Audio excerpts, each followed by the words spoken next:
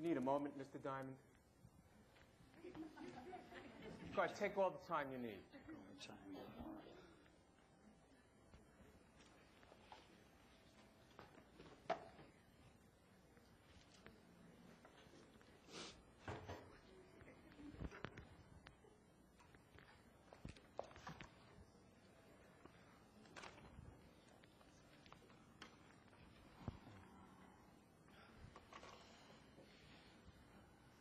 I'm okay. Bang, bang. Is that what you said? That's what I said. Bang. Enough time to think before you shot the other shot, Mr. Diamond? Bang. Enough time to make up your mind whether or not to pull a trigger, Mr. Diamond? Bang, bang. Excuse me, Your Honor, may we proceed in due course with one question at a time rather than this summary? Withdrawn. Bang. You'll stand when you make an objection. Thank you, Your Honor. Bang, Very much. bang. Do you think there was enough time between those two bangs to make up your mind whether or not to pull the trigger a second time? I didn't make up my mind to pull the trigger, sir. Well, if you had done it intentionally, Mr. Diamond, as opposed to accidentally, do you think there's enough time for you to think, bang, bang, whether or not to pull a trigger a second time? Yes or no? Yes. Now, you are facing an extraordinary length of time in jail should you be convicted of this crime. Is that correct? That's right. You're facing, in fact, life without parole. Is that fair to say? Yes. You will never see the light of day again as a free man should you be convicted. Is that right? Yes. And would you do anything to save the rest of your free life under those circumstances, Mr. Diamond?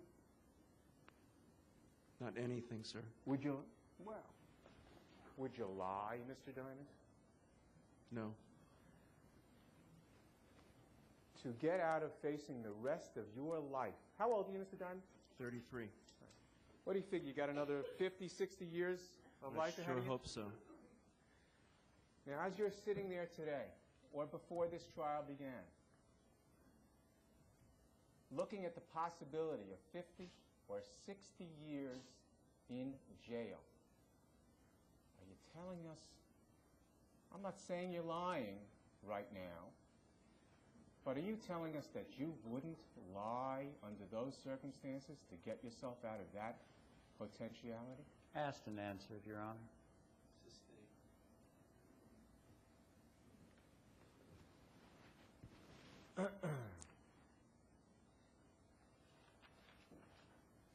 Now, if I understand your background, you're a judo or martial arts expert, correct? Yes, sir. You're a firearms expert, fair to say? Small arms, specifically. Specifically the type of weapon that was used in the death of Trudy Doyle, correct? Yes. You got a great degree, perhaps the finest military training on earth under the Marine Corps, correct? I sure did. You served in real battle under extremely stressful circumstances, correct? Yes, sir. Were you wounded in that war, by the way? Yes, I was. Did you receive a medal? Yes, I did. I got a Purple Heart. Fair to say you're a war hero as well, correct? I never think of myself as that. And you, in all of your training, the one thing that you learn in military training, in firearms training, but especially in your martial arts training, is how to get out of harm's way, right? Is that fair to say? Sure, that's part of it. Well, a large part of it is to get out of a bad situation and not exacerbate it, correct? Yes. Okay. And in getting out of harm's way, one of the things you know as an expert, and in fact teach as an expert, is to disarm an armed individual, correct? Yes, sir. By the way, in the martial arts, am I correct in understanding that the martial arts, amongst the self-defense methods that are practiced there, that they also teach, and you as an expert, I guess, have a high level of this, of an ability to relax under stressful circumstances. Is that fair to say? Sure. And wanted to, in particular, to maintain your calm and your ability to deliberate rationally under violent situations. Is that fair to say? Violent situations? Violent, yes. right? Yes. Now, in disarming someone with a firearm, the best way, and this is what you're taught in any martial arts course, the best way to avoid somebody with a gun from shooting it is to get that gun out of the direction of pointing at you, correct? That's fair to say. And would it be fair to say that the first and primary technique in avoiding that gun is to swipe it to the side so it's not pointing at your body any longer, correct? No, that's not. You could swipe it down. Down would still be pointing at your legs or perhaps a vital organ of yours, correct? Could be. Up would be pointing at a vital organ of yours, correct? Could be, sir. There are many different ways to disarm. Is that correct, someone. Mr. Diamond, yes or no? Yes, it is. I understand there are many ways. That's what you were about to say, to disarm an individual, right? Yes. But the first, the best way to avoid being struck by a bullet is to make sure the gun isn't pointed at you, correct? It's logical. Right. And the best way, if it's available to you, if you can do it in certain circumstances, is to get the gun pointing in a different direction, to the side, not up or down at your body, correct? That's the best way, right?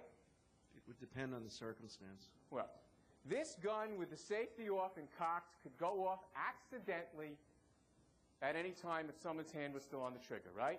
Yes. Sorry, Your Honor, this gun refers to the very Mauser in evidence, or is he talking in more hypothetical terms? The Mauser, Your Honor, excuse me. I'm referring to your off-duty service gun, okay? The gun that was introduced in this case, that is your gun, right, the Mauser? Yes. Okay. People's number one, right? Yes. And that gun, in an uncocked, which one? In a cocked position with the safety off, if someone's finger is on the trigger, can go off at any time, accidentally or intentionally, as long as there's pressure put on that trigger, correct? That's correct. Right. So if it's pointed downward, it could accidentally shoot in the leg, right? Yes. If it's pointed upward, it's a threat to any vital organ in your body and could result in death at a person, correct? Yes. If it's off to the side, not pointing at you, it can't, even if it goes off, kill you or hurt you in that position, correct? No, sir. Is that correct or incorrect? That's incorrect. I'm talking about... If the gun is fired in a small area, it could ricochet and still kill you. You were standing in a vestibule on December 1st where there were glass plate windows surrounding you at a level of 4 feet, correct? Yes. Okay. Now, let's talk about what could happen. The likelihood of a bullet hitting you, if it's upwards and it accidentally goes off and pointed at your chest, is 100%, right? Yes. If it's pointed at your leg, it's 100%, right? Yes. If I point it over there, the likelihood of it ricocheting is possible but very slim, right? Depend on the circumstance. Would you suggest to this jury that if the gun that you allegedly knocked from Trudy was pointed in a direction other than directly at you, if it had been withdrawn? I'll rephrase. Mr. Diamond, if the gun had been pushed aside and pointed at the glass plate windows that day on December 1st, do you believe the likelihood of you being struck by a bullet would have been the same as if you had knocked it up and the gun was still pointed at you? Do you think the likelihood is the same? You're saying it was pointed at the glass as opposed to one of the vending machines? Anywhere other than directly at you, do you think the likelihood of you being struck by a bullet would have been the same? Same, no. Less, right? That's right. Bullet could go anywhere off a ricochet, right? That's right. If it went through the glass windows that were as low as 4 feet, it wasn't ricocheting at all, right? Yes, sir. But you didn't move with all your expertise to move that gun to the side, right, and grab it, correct? That's right. You didn't move to knock that gun to the ground, correct? That's right. And by the way, if you had knocked it to the ground, a blow going down with your arm is far more forceful than one going up, correct? Would you agree with me? Common sense. Yes, sir. So of all the possibilities, the way to disarm Miss Doyle on that day that you chose was to knock the gun in an upward direction. That's what you said, correct? Yes, sir.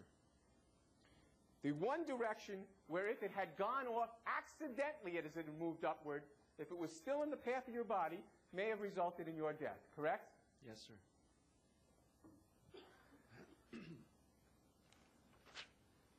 Now,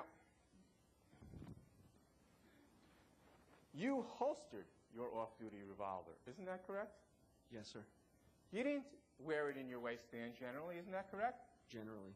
In fact, when you practiced with Trudy Doyle, withdrawn, you stated on direct examination that in your practices with Trudy Doyle, she was practicing taking the gun from your waistband when you practiced with her. You remember that testimony? Yes. That was a misstatement, wasn't it? That's correct. Yeah. And she actually practiced, whenever she practiced with you, she practiced taking the gun from your holster, correct? Yes, but it was a waist Mr. holster. Diamond, yes or no, correct? Yes. And correct me if I'm wrong, but this was a standard police holster, correct? I don't know what you mean by standard, sir. When you as a police officer are carrying a gun, you're carrying a gun in a holster that has a special clip in it, a clip with force to hold the gun in, not entirely, but to hold it in to make it more difficult for a stranger or a criminal to lift it from you during a struggle or some other crime, correct? Are you talking about a side holster that's holding a revolver, like a Smith & Wesson? The side holster was withdrawn. I'm talking about the side holster that you wore. Yes, they have a clip. The Correct? side holster. Right. And that's the side holster that you practiced with Trudy Doyle with the gun, the Mauser. No? You had two side holsters? No, the holster that I had for the Mauser was a waist holster. It's the kind of a holster that you often see detectives wearing, where it even looks like it's in the waist. I don't know what I often see. Why don't you testify, okay? It's a holster that clips on to the belt, and it can be clipped either inside the belt or outside. And that holster has a clip in it too, doesn't it? Yes or no? It's not the same kind of a clip. But it does have a clip with some degree of pressure to prevent that gun from being taken out from even a detective, doesn't it? Yes, sir. So in fact, on December 1st, when you say she tried to take this from your waistband, that was an attempt at something that she had never tried before because the practice was when you wore it in a holster on the waist, correct? That's right? correct. Now, in addition to being a firearms expert, you would have to go, standard procedure, to the range and practice firing your weapons, correct? Yes, at least twice a year. Okay, and you would, well, isn't it a fact that as an expert and you trained people, you have to go there more often to maintain that level of expertise? I'm not sure exactly what the rules were. I had attained a level. I went more than twice a year. Okay. And in doing so, you would practice not only with your service revolver, but you would practice with your Mauser, right? Sure. Of course. You have to know how that operated, right? Sure. Right. And could you show the jury, if you don't mind, the police stance when trained to fire a weapon, in firing a weapon? There are many stances. Could you show them withdrawn? When you fire a weapon at the training ground or in any other situation, you fire the weapon with two hands? Generally. Yes. And the Mauser has a certain amount of recoil on it. You heard the testimony on that, right? Most guns have recoil. Correct. And recoil is when the gun kicks back after you fire a bullet, right? Yes. Okay. And the Mauser kicked back, you heard that, right? But the Mauser kicks back very little in 15 comparison. degrees. Would you agree with that? Sure. Okay. And it kicks back even if you held it with two hands, right? It kicks back somewhat, but very little. After firing the gun at a firing range, withdrawn, when you go to the firing range with that Mauser and you fire the weapon, it would kick back a little, right? Yes. And in order to fire it again, you'd naturally bring the gun down and point and fire, correct? Sure. Because if you fired it after a kickback, it'd go up in the air, right? Sure. Okay. Even when you held it with two hands, it would be a kickback, right? Somewhat. And is it fair to say that if you withdrawn, is it fair to say that after accidentally firing this weapon on December 1st, that since you weren't even ready for it to fire, it kicked back far more than when you were ready and prepared on the firing range practicing with that gun? I don't remember how much it kicked back at that moment. You weren't ready for it to fire then, right? No, I was not. Your muscles weren't ready for that gun to be fired, right? That's right. You weren't trying like you do in the pistol range to hold that gun steady, right, with two hands. That's right. It accidentally went off, and certainly the recoil mechanism wasn't any different than any other day that you fired the gun, right? That's right. Is it fair to say that it must have thrown your hand back more than on the pistol range, more than just a little? It threw my hand back. You remember that now? It had to. Okay. And do you really suggest that it didn't throw it back any more than it did on the pistol range? I don't know how far it threw it back. Even though you weren't ready for it to be fired, right? That's right. By the way, the gun you described as a light trigger pull, and you heard the expert describe it, I think, as a medium trigger pull. They talked about pounds and things like that. Do you know what the term a hair trigger means? Sure. Could you tell the jury? A hair trigger is a pull that theoretically all it would take would be a human hair touching it in order for it to go off. A hair trigger is practically no effort whatsoever. And then the Mauser, the gun, people's number one in evidence, that took some effort, whether it be light or medium or 10 pounds or whatever. It took some effort. You actually have to pull the trigger to fire this gun, correct? Yes. Okay. Now, getting back to your relationship with Trudy for a moment. You met her in about September of last year, right? Yes. And you very quickly found yourself falling in love with her. Is that fair to say? That is. I mean, so quickly that you proposed marriage to her, correct? I did. So quickly that within a month you wanted her and persuaded her to live together with you, right? I wouldn't say I persuaded her. It was a mutual decision. Well, the fact is that you proposed marriage to her and she didn't accept that proposal, right? That's right. In fact, you were never sure of her feelings towards you. Quite sure, right? I wouldn't say never. Often? There were times.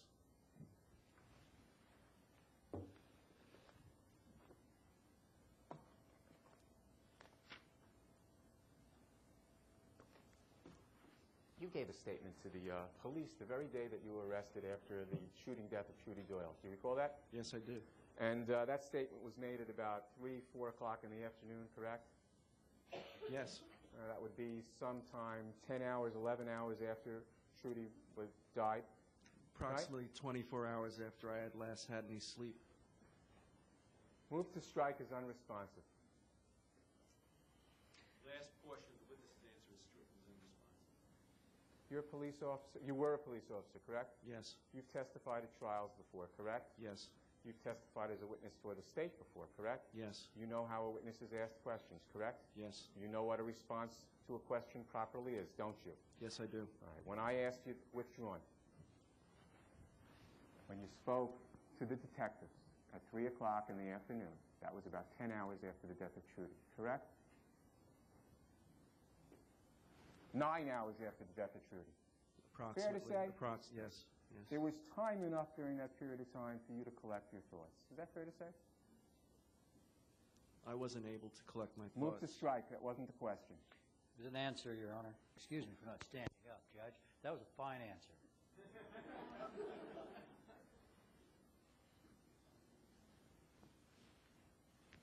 I withdraw my objection. You weren't able to collect your thoughts after 9 hours, correct? That's right. But there was time enough if you had been able to collect your thoughts, correct? Yes. And there was time enough for you to think over what happened, correct? There was time. Did you think over what happened? Sure. Is there something different in thinking over what happened from collecting your thoughts that you had a problem with? Will you let me answer? I asked you, is it different? You can say yes or no. Is there something different? I'll let you answer. No, there's nothing different. And when you spoke to the detectives, you spoke at length, didn't you? Yes. In fact, you've seen your statement, several typed pages, right? Yes, I have. And there was a stenographer there taking it down as you spoke, correct? Yes, there was. Much like there's a stenographer in the courtroom today, correct? Taking everything down you're saying today, right? That's right. Okay. And did you say during that interview that you could never be certain about Trudy's feelings? Did you say that? That's what I said. Okay. Was it true then? It wasn't quite accurate. Okay, because as you've testified today, you weren't. There were times you were sure and times you weren't, right? That's right. Okay. And you've had more time to collect your thoughts since December 1st. A lot more. Right? You've had more time to deliberate and think about what happened that day, right? Yes, I did. Now,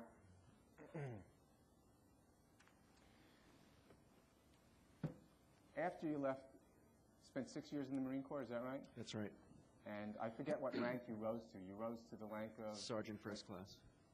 That's a fairly honorable and high rank, is it not? Something I'm very proud of. And when you left with an honorable discharge, correct? Of course. And you left to pursue a dream, is that right? Yes.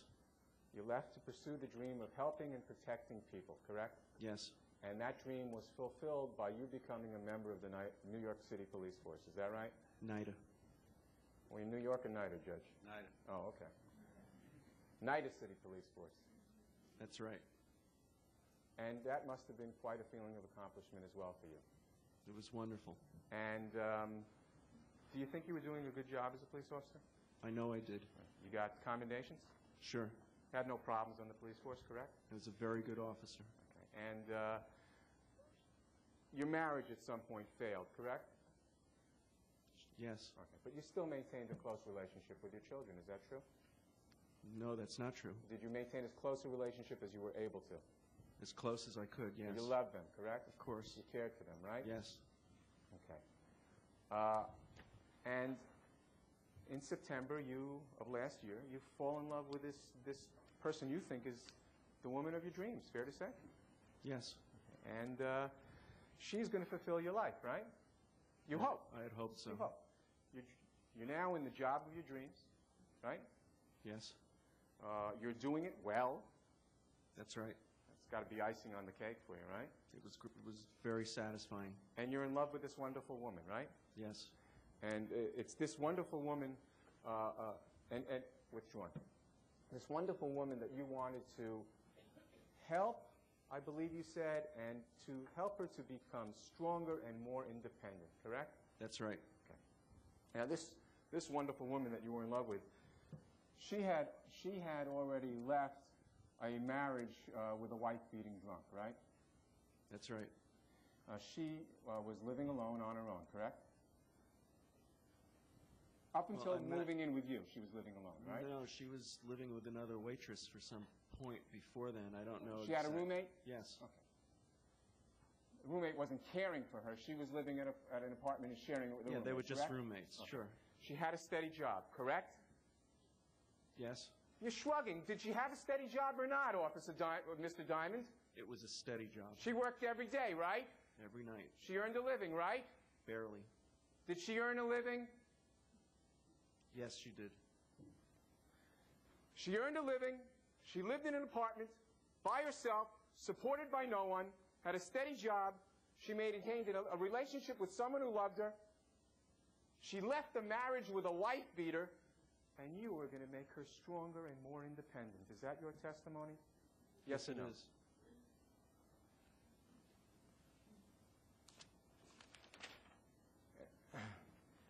You're in the job of your dreams. You're doing it well. You're getting commendations. You're earning accomplishments there. You never want to do anything else after leaving the Marines. Excuse me, Your Honor, the There's gonna be a procedure question. normally is to ask a question. It's going to be a question, Judge. This is a question. That means that one asks. Forgive me, of course, Mr. Kennedy. I didn't make subject, speeches to the jury. I appreciate you question not mark to. at the end. Mr. Kennedy. Thank you. You may be seated. Thank you. May I proceed, Your Honor? Yes, you may. Thank you. You're in the job of your dreams, which you're doing well and accomplishing good things, right? Yes, sir. You're in love with a wonderful woman, Yes, correct? sir. You hope she'll marry you. Of course. You're living together. That's right. You're getting commendations. Yes, sir. But you're running off to California to start a new life because it's not going well for you. That was your testimony, right? That's right.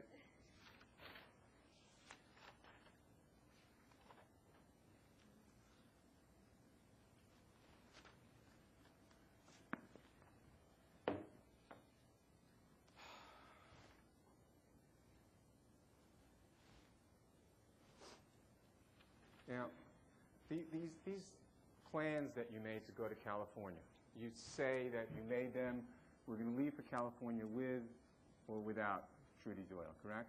That's correct. Okay. But it's a fact, and I think you said it already, that your hopes and dreams were that she would leave with you, right? Of course I did. And up until December 1st, the date of her death, she never told you she was going to go with you. That's right. She never acted in a way she was going to go with you, right?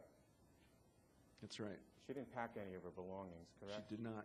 She went to work after your resignation on the 28th of November, correct? Yes. She was at work the day you were checking out of your job and packing your equipment, right? Right.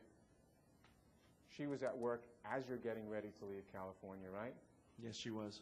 But your hope and dream is that she's going to finally say to you, yes, I'll come with you. I love you, right? I certainly hope that. But the fact of the matter is, you knew she wasn't going with you in the depth of your heart, didn't you? No. Excuse me, Your Honor. What time? On December 1st, 1997, you knew before you ever spoke with Trudy Doyle that she wasn't going to California with you. Didn't you know that? No.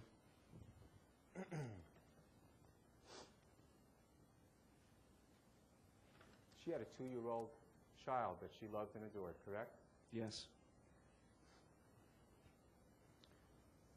Now, at some point you began training her with this gun, right? Yes, I And you did. began training her with judo, correct? That's right. And when you were in the house, when that gun was in the house, it was always unloaded, right? Only after we started playing the game where she would grab it from my waist. Well, you had been playing that game for at least a month with her, correct? I couldn't say the exact. I didn't ask you for exact. I said I don't know if it was a month. 3 weeks? Could have been. Several weeks? Yeah. Okay.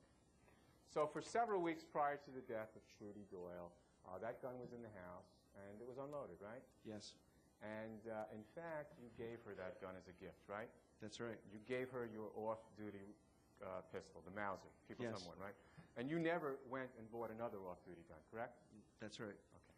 Now, and it remained with her until, as you told the jury, you took it back. I think it would have been November 27th, correct? That's right. November 27th, Trudy returns from the hospital, and you decide she can no longer have possession of this gun, and the first thing you do is hide this unloaded weapon, right? Well, no, I hid a loaded weapon. So some point between the time it was unloaded and you were playing with her and gave it to her as a gift and the time that you decided to hide it, you loaded this gun. Is that right? The gun, yeah. And so in order to protect Trudy, who you were fearful of might do some injury, either self-inflicted or otherwise, with this weapon you didn't know, she came back from the hospital and you hid this weapon and kept it loaded, right? Yes.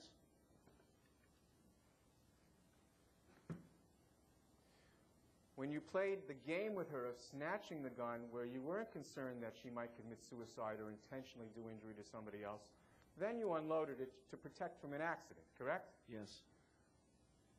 When she came home from the hospital and you thought she might intentionally injure someone, specifically herself, then you had it loaded, right?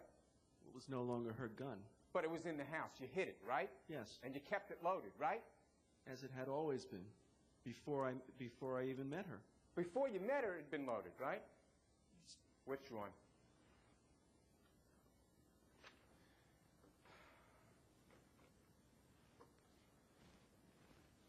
Up until November 27th, it had been her gun, right? You say up until. I had only given it to her barely 2 weeks before then. Okay.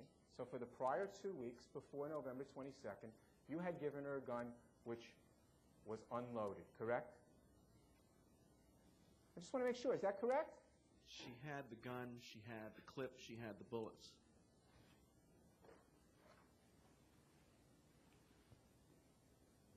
You know, you heard Benbrook testify, did you not? Yes, I did. Is he correct that while Trudy was lying dead in that vestibule and you were in the police car, that for the entire time that you were in that police car and she was lying there on the vestibule floor, up into and through the time that the coroner came and examined her body, is it true you never glanced over there? That's what Sergeant Benbook said. Do you recall that? I recall him saying that, Yeah, but he testified to that. Is that true? I don't remember. Now, the operation of this Mauser, just to be clear, you indicated before that you, in order to fire it, you must undo the safety and cock it. Is that correct? That's correct. Actually, there must be a round that's already chambered. So you have to chamber a round, correct? Sure. Cock the trigger, correct? Yes. And undo the safety. Is that fair to say? Yes. Okay. Now, by the way, you demonstrated it as I'm demonstrating it now, correct? In front of the jury. The jury can see me, thumb on top of the gun, hand outstretched, somewhat in a fist position, correct? Yes. In fact, the safety's on the side, so you have to turn your thumb to the side and slide the safety back, correct? Sure. And then you have to turn your finger up on top, your thumb on top of the gun, and pull the trigger back, correct? Not necessarily in that order. You can pull the hammer back first. Either way, it's two separate actions, correct? Yes. One on top of the gun, one to the side of the gun, correct? Yes. Right. Now, 2 days earlier, 2 days prior to Trudy's death, you handed in your resignation, right? I think it was 3 days. November 28th? Yes. 3 days, you're right. November 28th, you hand in your resignation, you're going to California, right? Yes. You're going to stay with a Marine buddy, is that fair to say? Yep. And December 1st is your last shift, correct? Yes. Now, on which one? On November 28th, you take the gun out of the house and bring it to your locker, correct? The Mauser.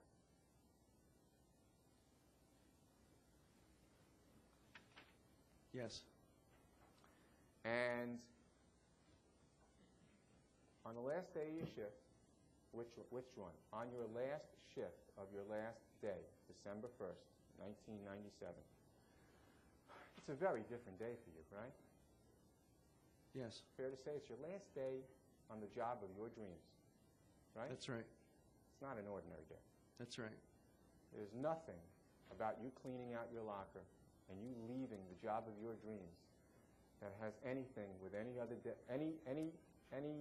similarity to every other working day you had at the police force, correct? That's right. You packed up your entire personal belongings in a flight bag. Is that fair to say? Yes. There was nothing. What did you clear out of your locker? I had a radio. I had Which one? some. Which one? There was nothing ordinary or habitual about clearing out your entire personal locker in the police department on December 1st, That's right. 1997 at 5:30 in the morning. That's right. There was nothing habitual about doing that, correct? That's right. And when you put the gun in that waistband, that wasn't out of habit either, was it? Yes, it was. In fact, you used to carry the gun in a detective's or waist holster. Isn't that correct? That's right. Out of habit, when you wore that off-duty revolver on the days that you wore it in a holster, correct? That's right. So when you put that gun in your waistband, that was also something out of the ordinary for you, right? Yes, sir. Okay. Now, that gun, when you took it out of that locker, was loaded, wasn't it? Sure. There was a round in the chamber, in fact, correct? That's right. You hadn't worn that off-duty gun since you had previously given it to Trudy Doyle as a gift. Isn't that correct? That's not true. You remember this typed statement that you made on December 1st, 1997, approximately 3 pages of typewritten material? Do you remember that? I remember my statement. I've read it. You read it? Of course, in preparation for this trial, right? I've read the statement. And would it be fair to say that that statement is fairly detailed about your activities both before December 1st and through December 1st and the death of Trudy Doyle? Would that be fair to say? There's detail, certainly. And you speak in detail about the gift of the gun to Trudy Doyle, right? I speak about it, yes. You speak about in that statement about the practices you had with her trying to snatch the gun. Is that fair to say? Yes. You speak about hiding the gun, right? Yes. You speak about putting that gun in your locker, hiding. I got a while, Judge. You speak about putting that gun back in your locker on November 28th, right? Yes. You speak about putting the gun in your waistband as it's loaded on December 1st, right? Yes. There's not one mention in this report of you ever again, after giving that gun to Trudy Doyle, ever carrying that gun as an off-duty revolver. Isn't that right? There's no mention, that's right. Thank you. The fact of the matter is, what you did on November 28th was you took that gun, you brought it to your locker, and you left it there for 3 days, and you took it out on December 1st, right? No.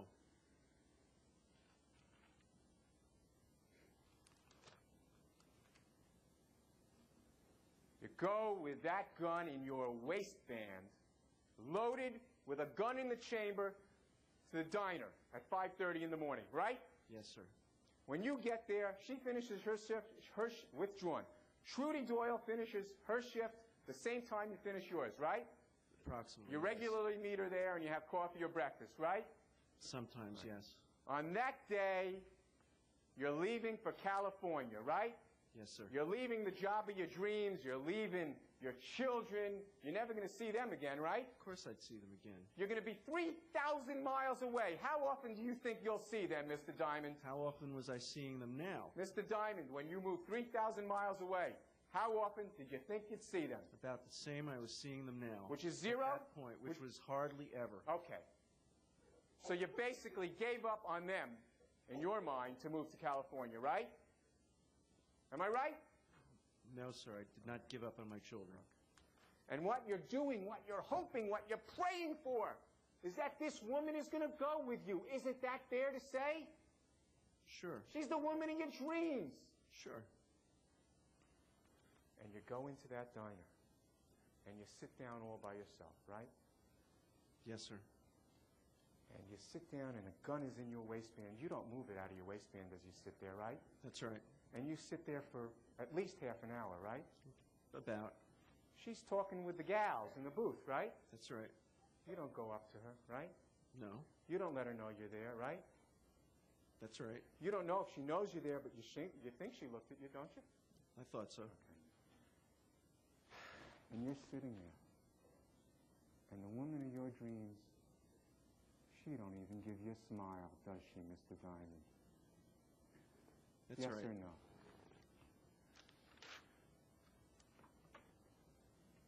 And you see her, and she's going to the vestibule, and you think, she's leaving. She's leaving. That's right. She's not even saying hello to me, right? Right? That's right. Not even a goodbye to me, right? I wasn't sure she even saw me. But you thought she did, right? I wasn't sure. You thought she did, right? Yes or no? Yes, sir. And she's walking out without even a goodbye. The man who saved her life, right? That's right. The man who loved her, was going to make her strong, independent, right? Yes, sir. She's walking out the door, right? Yes, sir. So you run down there or you walk quickly to the vestibule, right? Right? Yes. And when you get to the vestibule, you're a big man, you're over 6 feet tall, 200 pounds, right? Yes, sir. You stand in front of the one and only doorway back into that restaurant, right? That's right. And you see when you get there, she's not leaving at all. She's buying a pack of cigarettes, right? Right. Excuse me. And the door shuts behind you, correct? Yes, sir. And you know, while you're in that enclosed vestibule, nobody can hear what you're saying, right? Do you know that? I never gave it a thought. I have no idea. You know, when you're in that enclosed vestibule, that nobody can even see what you're doing because you're a big man and blocking the view from everybody in the restaurant, right? I never gave that a thought. You recall giving that statement back on December 1st, the one where you couldn't collect your thoughts, I might have. You might have what? I gave the statement. And in your inability to collect your thoughts, your inability to think, your inability to deliberate, you were able to say specifically, page 39, Counselor. I'm sorry, Judge. My dog ate my copy of You may. transcript.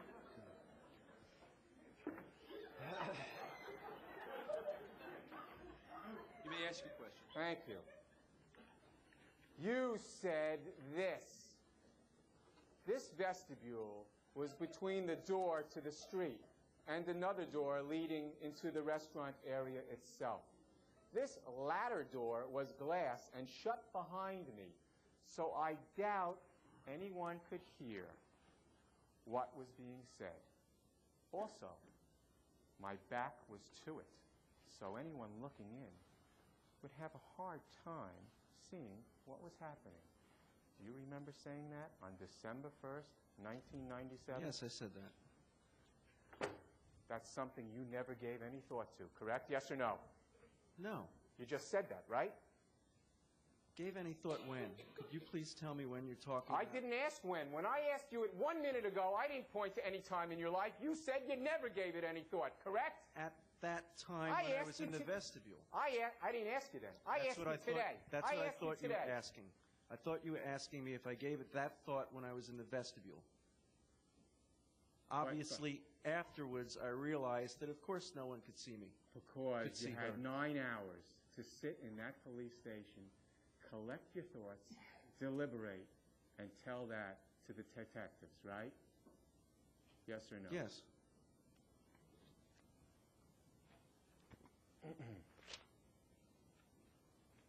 Now, as you confront her, you say, withdrawn.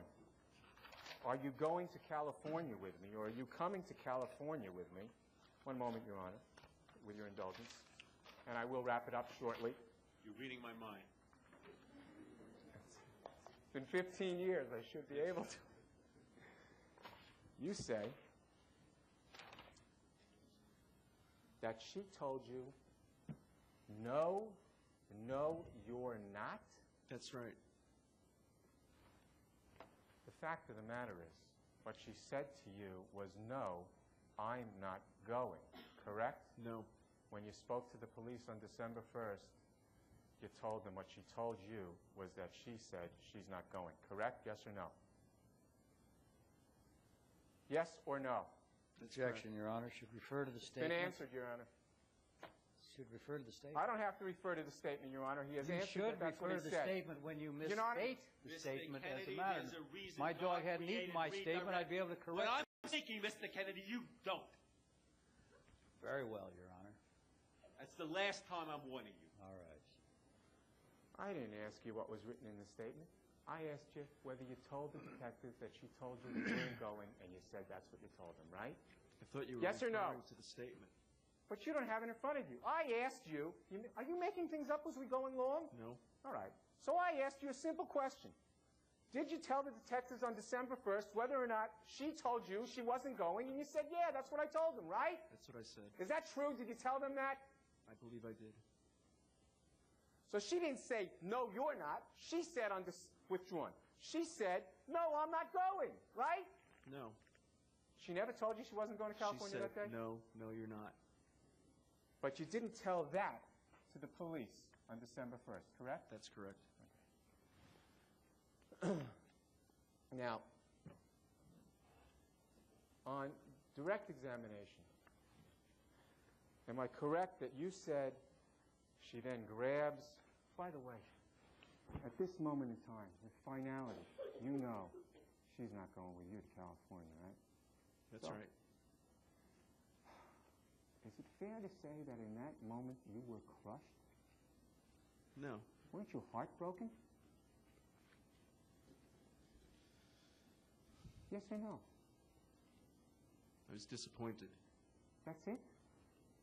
Another bad day at the track? Withdrawn. She grabs for your gun out of your waistband. That's your story, right? Yes, sir. And in one motion, this is what you said on direct examination, in one motion, you hit the gun upwards and you grab it and it went off, correct? Yes. You grabbed it in one motion at the same time you hit it upwards, fair to say? Yes.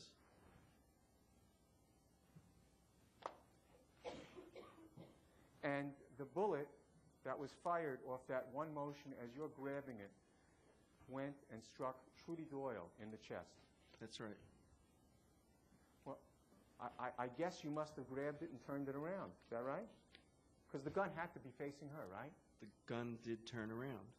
As you grabbed it with your judo training or martial arts training, you grabbed it in one motion, were able to turn the gun around, it pointed at her chest, and it went off accidentally, right? It was my arm Yes that or was no? in one motion. Excuse me? It was my arm that was in one motion.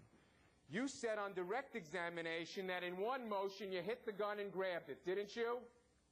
Yes. And it went off, right? Yes. And that trigger had to be pulled to go off, correct? Yes, sir. Not a hair trigger, right? That's right. Did the gun go flying up in the air?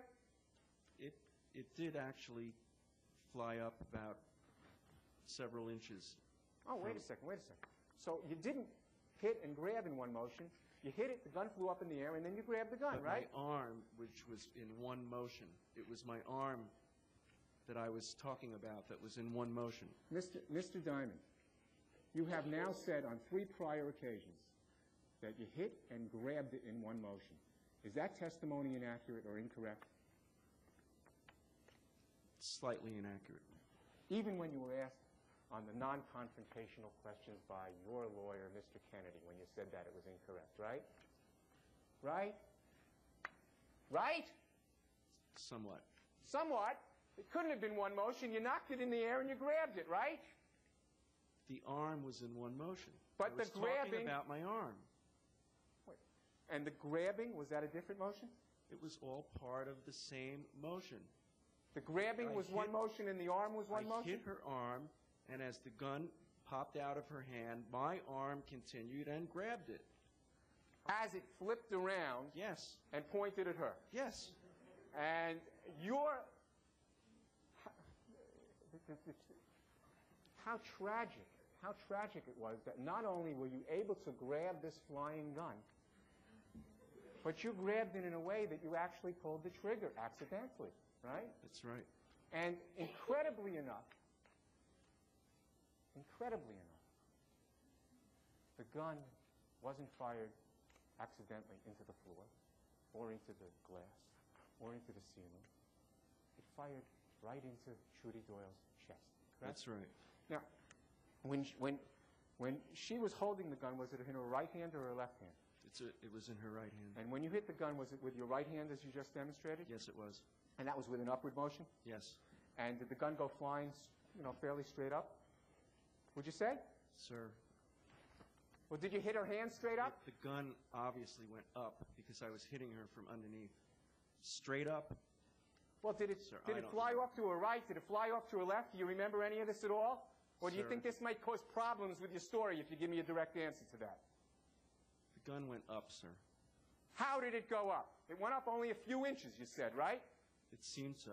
Unluckily enough, not above your shoulders so anybody could actually see that happen in the restaurant, right? You know nobody saw that, right? I know that. Because as fate would have it, when you struck it, it only went a couple inches, so your body still blocked what anybody could see, right? Right? That's what happened. And when you grabbed it, we know that that first bullet entered the left side of her chest, right? I'm not sure where the first bullet entered. You saw the medical examiner, right? You saw him testify. You saw the charge. Did you see that? I couldn't understand the medical You couldn't examiner. understand it? Do you remember the testimony about Trudy's wristband? Do you remember that? Yes. Do you remember the testimony that there was material from the wristband that was in the right side of her chest? Yes. From a bullet, right? Yes. Do you remember that after Trudy was struck with that first bullet that she let out a scream and grabbed her chest? Yes. So isn't it a fact that the only possible explanation for the material, the metal from her wristband, in the bullet wound on the right side of her chest was from the second shot after she covered her chest?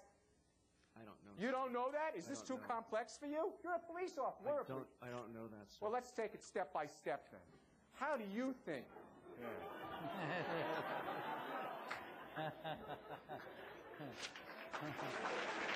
Am I done?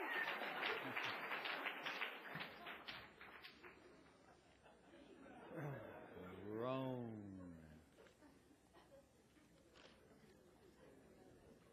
After, am I still going? I'll be done in 5 minutes.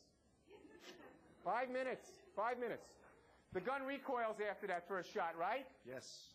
And after the recoil, amazingly enough, your body tenses up with all your training, and it goes off again, and it doesn't hit the wall, it doesn't hit the glass, it doesn't hit the floor, it goes into her chest. That's what happened. Are you the guy who told her if anyone is going to kill you, I am? Yes, I am. The fact of the matter is, officer, that you were living in a dream world, this dream of a new life with Trudy, right? My last series, right? No, I wasn't living in a dream world. No. You knew if Trudy was going to break your heart, you were going to blow hers out, didn't you? No. You cleaned out your locker and you loaded that gun.